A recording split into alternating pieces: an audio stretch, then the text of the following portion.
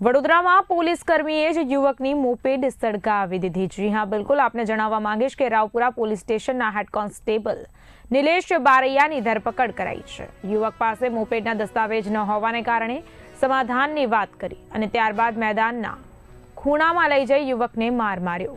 યુવક ભાગવાનો પ્રયાસ કરતો ત્યારે સાથીદારોને તેને પકડવા મોકલ્યો। ત્યારબાદ પરત આવીને યુવકની મોપેડને સળગાવી દીધી હતી। નવલીકે મેદાન ખાતે યુવક સાથે મારપીટ બાદ મોપેડ સળગાવી। યુવક સરફરાઝ ગરાસિયાની ફરિયાદ બાદ 3 આરોપીઓ ઝડપાયા છે। ફરિયાદીના જણાવ્યા પ્રમાણે હોન્ડા શાઇનનું બાઇક લઈને 3 ઇસમો ત્યાં આવેલ હતા। એક જ સવાર ગાડી પર હતા અને એમાં જે ચલાવનાર હતો એણે એનું આઈ કાર્ડ બતાવેલ કે હું પોલીસમાં છું એમ કરીને આઈ કાર્ડ અંદર રાખી દીધું। તમે અહીંયા કેમ બેઠા છો અને એમ કરીને એમની પાસે એણે ગાડીના કાગળ માંગેલા હતા, લાયસન્સ માંગેલા હતા, પણ જે ફરિયાદી છે એ ફરિયાદી પાસે આ બધા પેપર ના હોય એણે કીધું કે હું તમારું સમાધાન કરાવી દઉં।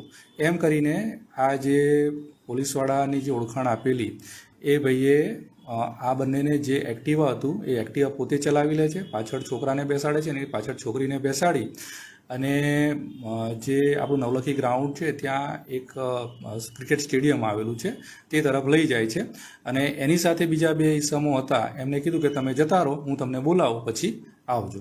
એમ કરીને આ ત્યાં લઈ ગયો અને ત્યાં લઈ જઈને આ છોકરાને આણે ગળદાપાટું મારવા માંડેલ, જેથી કરીને છોકરો અને છોકરી છે એક્ટિવા ત્યાં છોડી અને ગભરાઈને આપણી સોલર પેનલ છે ત્યાં આવી ગયેલ હતા અને આ જે છોકરી છે ત્યાંથી રવાના થઈ ગયેલ હતી। આ છોકરાએ એના બીજા 2 મિત્રોને કોલ કરી અને અહીંયા આવો એમ કરીને ત્યાં ઊભો હતો।